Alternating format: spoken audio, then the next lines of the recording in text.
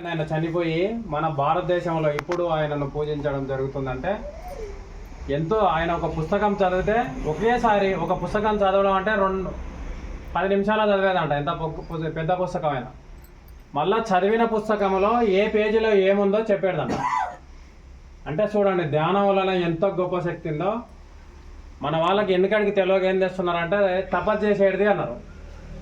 తపస్సు ధ్యానం ఒకటే. తపస్సు అంటే నెలలు కూర్చుంటారు, సంవత్సరాలు కూర్చుంటారు, కొన్ని రోజులు కూర్చోవాలి అని చెప్పేవాళ్ళు అనమాట మనకు తెలియక.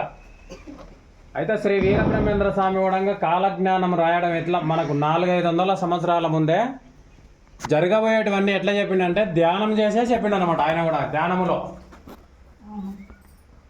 మీ అందరూ పిఎంసి అని ఒక ఛానల్ ఉంటుంది. ఆ ఛానల్ కొట్టి చూడండి. వేస్ట్గా మీరు స్టూడెంట్ అమ్మ మీకు చిన్నపిల్లలు అందరికీ చెప్తున్న తల్లి, మీరందరూ ఆ ఛానల్ చూడండి. దానిలో ఒక 80% మంది స్త్రీలు మాత్రమే గొప్ప విజయాన్ని సాధించిన వాళ్ళు ఉన్నారు. ఎంతో అంటే ఒక్కొక్కరు గత జన్మలు తెలుసుకోవచ్చు. మీరు ఎక్కువ ధ్యానం చేస్తే మనం ఎన్ని జన్మలు ఎత్తినాము, మనము అంటే జీవితంలో ఏమవుతాము, ఇంకా ఏం కాబోతున్నాము. మీరు చదువుకున్న చదువుకు మీకు ఏమన్నా జాబ్ కావాలంటే ధ్యానం చేసుకుంటే అది మీకు అయితేదే కాదా ధ్యానంలో తెలుస్తుంది. ఎవరిని పోయి కాళ్ళు పట్టుకోవాల్సిన అవసరం లేదు, ఏ ఆఫీసర్లను పోయి మనం అడుకోవాల్సిన అవసరం లేదు. మనం ధ్యానం చేస్తే మీరు తప్పకుండా రోజు 40 నిమిషాలు ధ్యానం చేయండి, 41 డేస్ చేసి చూడండి. మీరు ఎంతో గొప్పగా సాధించగలరు. చదువుకున్న వాళ్ళు పెద్దవాళ్ళు కూడా మీకు ఏ రోగం ఉన్నా సరే అమ్మ అన్ని రోగాలు తగ్గుతాయి. ఈ రోగము ఆ రోగము అని కాదు. నేను 1 సంవత్సరం అయింది ధ్యానం చేయబట్టి. అంటే జూన్ 21 వస్తే సంవత్సరం నుండి నేను తిరుగుతూనే ఉండా. 13 సంవత్సరాలు మొత్తం నేను ఇప్పటి వరకు దాదాపు 1,20,000 రూపాయలు పెట్టి తిరుగుతున్నా. అంటే ఎందుకు తిరుగుతున్నా అంటే వీరబ్రహ్మేంద్ర స్వామి గుడిలో కూడా మనం ధ్యానం నేర్పించాలి. భోజనాలు కూడా ఇక్కడ అంటే అక్కడ ప్రతిసారి 1 సంవత్సరంలో ఎక్కడ పోయినా ఫ్రీగా భోజనం పెడతారు, ఫ్రీగా ధ్యానం చేపిస్తారమ్మా. మన ఇంటికి వచ్చి ధ్యానం చేపిస్తారు వాళ్ళు. ఇక్కడ ఈ భూమండలంలో ఎవరు ఫ్రీ అనేది లేదు. ఏ గురువు దగ్గర పోయినా అన్ని ఫ్రీ, అన్ని రోగాలు ఫ్రీగా నయం అవుతాయి. ఏ హాస్పిటల్ పోవాల్సిన అవసరం లేదనమాట. తప్పకుండా మీరు ధ్యానం చేసి గొప్ప వాళ్ళుగా మారండి. ఇప్పుడు శ్రీశైలానికి వచ్చిన వ్యాధి కాదు, అంతకన్నా గొప్పగా వ్యాధులు వచ్చిన వాళ్ళు కూడా ధ్యానం వలన తగ్గింది. ధ్యానం చేయడం ఏం లేదు, కళ్ళు మూసుకోవడం, రూపాయి ఖర్చు లేదు, ఎవరు హాస్పిటల్కి పోవాల్సిన అవసరం లేదు. అసలు ధ్యానం మీరు 41 రోజులు చేస్తే మీకే తెలుస్తుంది దానిలో ఉన్న గొప్పతనం. అది ఎవరో మన భూమండలంలో చూపించలేదనమాట. ఇది బుద్ధ భగవానుడు కనిపెట్టిన ధ్యానం అనమాట. ఈ ధ్యానం తప్పకుండా చేయండి అమ్మ. చదువుకున్న వాళ్ళు పిల్లలు చాలా ఏకాగ్రత పెరుగుతుంది. మీరున్న స్కూల్లో కాలేజీల్లో మీరే నెంబర్ 1గా ఉండకపోతే అప్పుడు నన్ను అడగండి. దీనికి నేను గ్యారంటీ. మీరు రోజు 40 నిమిషాలు ఉదయం, 40 నిమిషాలు సాయంకాలం ధ్యానం చేయండి. మీకు కావాల్సిన విషయం ధ్యానం అంటే శ్వాస మీద ధ్యాస. మన ముక్కులకేలు వస్తున్న శ్వాసను గమనించడం అంతే. మీరు చేయాల్సిన కష్టం అంతా అంతే, ఇంకా వేరే లేదు. ఫస్ట్లో ఆలోచనలు వస్తుంటాయి ఎక్కడి నుంటైనా. మనం లేనిపోయిన ఆలోచనలు, చదువుకుంటున్నాం, ఇంటికాడ అమ్మ నాయన తిట్టినామో లేకుంటే ఇంకా ఏదైనా పెద్దవాళ్ళకి ఎవరైనా కొట్లాడిన విషయాలు లేదా మన సంసార విషయాలు ఫస్ట్లో వస్తాయి ఆలోచనలు. మీకు రాను రాను ఆ ఆలోచనలు మొత్తం పోతాయి. శ్వాస మీద ధ్యాస అన్నారు. అందుకే శ్వాసను మనం గమనిస్తుంటే మనకు వచ్చే ఆలోచనలన్నీ పోతామన్నమాట. దానివలన మనం ఎంతైనా సాధించవచ్చు. స్త్రీలు ఈ భూమండలంలో ఏమైనా, ఈ ప్రపంచంలో స్త్రీలు తలుచుకుంటే ఏమైనా చేయగలరమ్మా. నాకు దాదాపుగా ఒక 35 సంవత్సరాలు ఉంటే నాకు స్త్రీలకు గౌరవం లేదని చాలా బాధపడేవాడిని నేను చిన్నప్పటి నుండి. అంటే ఏనో పుట్టాలి, ఏనో పెరగాలి, ఎక్కడి నుంటో రావాలి, వాళ్ళు మన ఇంటికి వచ్చి మన అమ్మ నాయన తిడితే పడాలి, తల్లిదండ్రులు వాళ్ళ అత్తమామ తిడితే పడాలి, ఎవరు తిట్టినా పడాలి. వాళ్ళ ఇంటికి వచ్చినాక ఏనో పెరగాలి, ఎక్కడి నుండో వచ్చి అత్తగారి ఇంటికి వచ్చినాక ఎన్నో బాధలు పడాలి ఆడలు. ఇది నాకు నచ్చేది కాదు. నాకు ఊహ తెలిసినప్పటి నుండి నాకు ఎవరైనా ఆడలను కష్టపెడితే వాళ్ళతో కొట్లాడేవాడిని నేను. అంటే స్త్రీలు చాలా గొప్పవారని పేర్లు పెడుతున్నారు కదా. గంగా, యమున, సరస్వతి, 7 నదులు, సప్త నదులు ఉంటాయి అన్నమాట. అన్ని నదుల పేరు స్త్రీల పేర్లే ఉంటుంది. లక్ష్మి, సరస్వతి, పార్వతి అంటున్నావు. కానీ మన ఇంట్లోకి వచ్చే వరకు స్త్రీలకు గౌరవించడం లేదు కదా. ఇది చాలామంది గురువులతో నేను ప్రశ్నలు వేసినా ఎక్కడ నాకు దొరకలేదు. మా గురువుగారితో నేను ఒక 50 సార్లు వేసింట ఈ ప్రశ్న, కానీ ఆయనతో నుండి కూడా నాకు జవాబు రాలే. నేను అనుకున్నా నా జీవితంలో నేను దీని గురించి ఉద్యమం చేయాలి, స్త్రీలు గొప్ప కదా, ఎట్లా గొప్ప కదా అని. నాకు నలుగురు ఆడపిల్లలు ఉండడం వలన నేను ఆ ఉద్యమం చేస్తే వీనికి ఆడపిల్లలు ఎక్కువ ఉన్నందుకు వీడు స్త్రీల గురించి చెప్తున్నా అనుకుంటానని నేను బంద్ అయినా దాన్ని మళ్ళీ ఆలోచించి.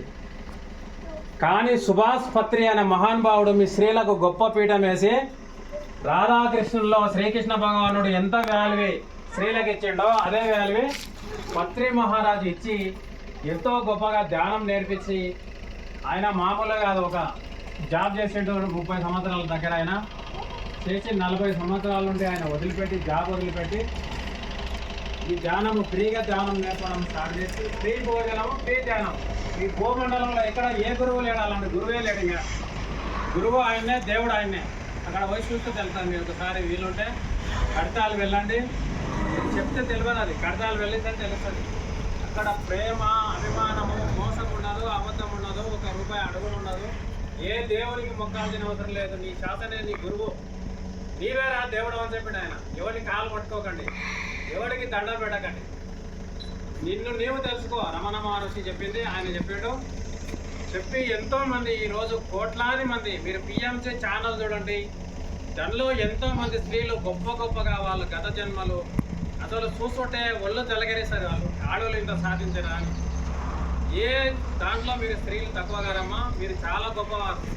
మీరు తలుచుకుంటే ఏమైనా చేయగలరు. ఒక ఛత్రపతి శివాజీని తల్లి ఎలాగిచ్చిందో 7 సంవత్సరాల వయసు నాడే ఆమెకు వచ్చింది. మన రాజుగారు మన స్త్రీలను అవమానపరచడము, తీసుకుపోయి భర్తల ముందే చంపేయడము, ఏదో విధానాలుగా భర్తలను చంపేసి వాళ్ళను అంటే మానభంగాలు చేయడం, ఇలాంటివి చేసుకుంటే ఆమె సహించలేక వాళ్ళ తండ్రితో నడుతారన్నమాట. మనమే యుద్ధం చేసి మనమే హిందువులో ఎక్కువ ఉన్నాం కదా నాన్న, మరి ఎందుకు ఇట్లా వాళ్ళ చేతుల మనం ఎందుకు పాలించబడాలి?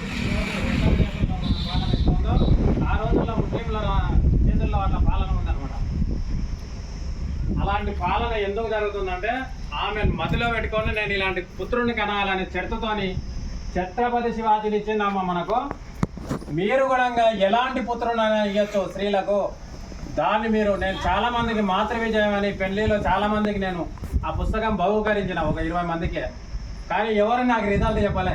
బంద్ చేసుకున్నా 4-5 సంవత్సరాలు అయ్యి. నాకు రిజల్ట్ లేదు, ఎవరు ఏం చెప్తలేరు. అది చదవలేదో తెలియదు.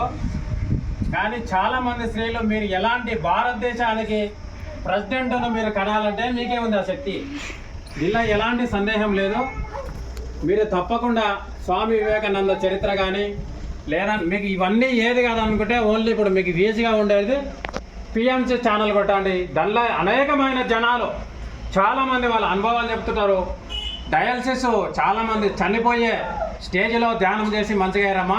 మీరు చనిపోతారని హాస్పిటల్ నుండి పంపేసిన వాళ్ళు, క్యాన్సరు అంటే మామూలు ఏ వ్యాధి అయినా తగ్గుతుంది. దీనిలో ఈ వ్యాధి తగ్గదనే లేదు.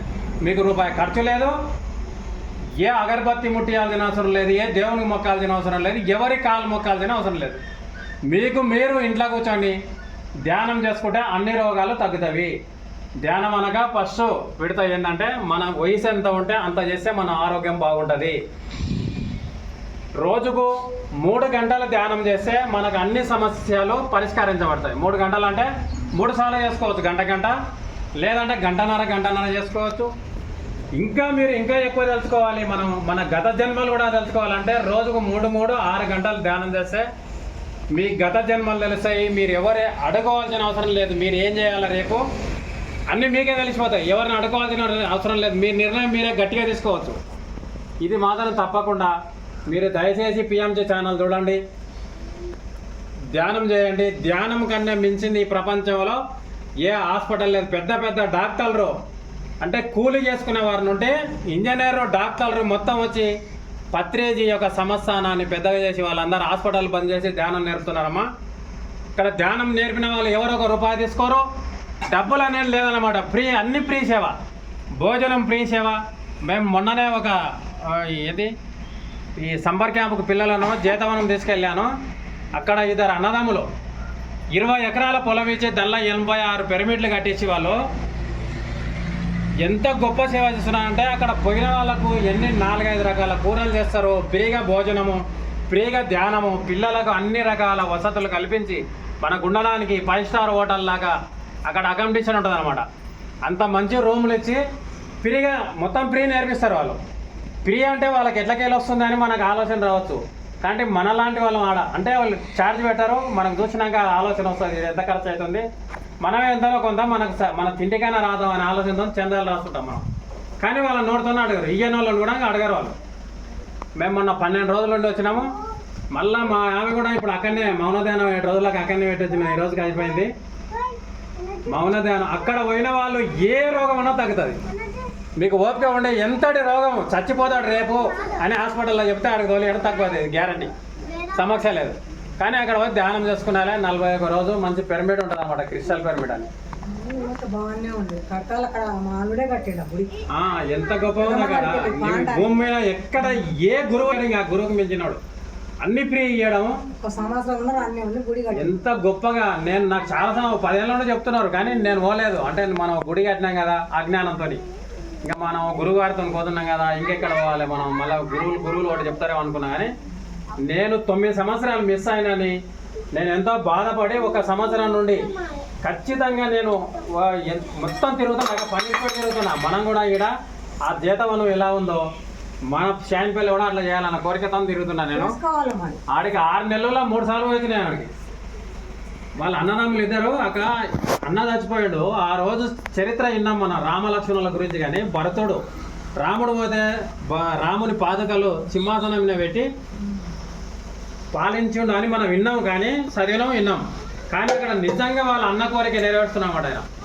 ఆయన దగ్గర ఏది లేదనొద్దు, ఆయన ముందల ఎంత తినని పెట్టండి, అన్నీ సాగుండాలి, మిగిలితే పడేయండి, లేదనొద్దు నా ముందల అక్కడ అని చెప్తాడు ఆయన. చిన్న ఏజే 40-45 ఏళ్ళు ఉంటాయి. అక్కడ చూస్తే ఎంత బ్రహ్మాండంగా ఉంటుందంటే అసలు నేను తిరిగిన ప్రతిసారి అన్ని సంవత్సరాలు తిరిగినా కానీ అన్నిట్లో నెంబర్ 1 అనిపించింది. అక్కడ 6 నెలల్లో 3 సార్లు వచ్చినట్టున్నాడు. ఇవన్నీ మీ మడదలు కూడా ఆన పెట్టినా మనం కూడా ఎట్లా చేయాలంటే ఆడ నేర్చుకున్నాలి. అంటే వాళ్ళది ఏంటంటే ఇంటి వాళ్ళే వండి పెడతారు. వాళ్ళ ఆడళ్ళు వాళ్ళ పిల్లలు అబ్బాబాబా ఏం సేవ చేస్తారంటే ఇంకా సేవ ఆడ నేర్చుకోవాలంటే ఆడుకోవాలి. ఏది మనకు అసలు మనం నిజంగా ఇక్కడ బతుకు జీరో. మనకు ఎవరికి నాలెడ్జ్ లేదనిపించింది నాకు తనకు పోయినాక. తెలివి లేదు, నాలెడ్జ్ మొత్తం మోసాలు, అబద్ధాలు, దగలు ఈ భూమి మీద ఉన్నదంతా అదే ఉంది. ఇంకా అక్కడ పోతే ఒక అబద్ధం మాట్లాడుతూ ఉన్నాడు, అంటే అవినీతి చేస్తూ ఉన్నాడు. ఇంకా నిజమైన బతక అది అంత ఇంకా కడతాలంటే నిజమైన బతకది. ఇంకా అలాంటి గురువు దొరకడు భూమి మీద. అన్ని రోగాలు తగ్గుతాయి. ఇంకా నీకు ఏం రూపాయి ఖర్చు లేదు.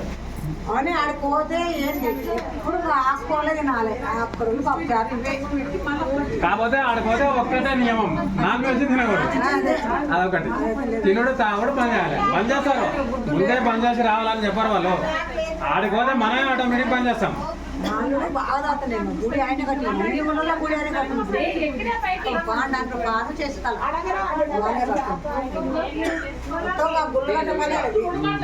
తెలిసిరా కళ్ళు తెరుస్తారు కదా అందరూ. చేయండి, ధ్యానం చేయండి మంచిగా. పత్రి పిఎంటీ ఛానల్ కొడితే మీకు అందరికి వస్తుంది.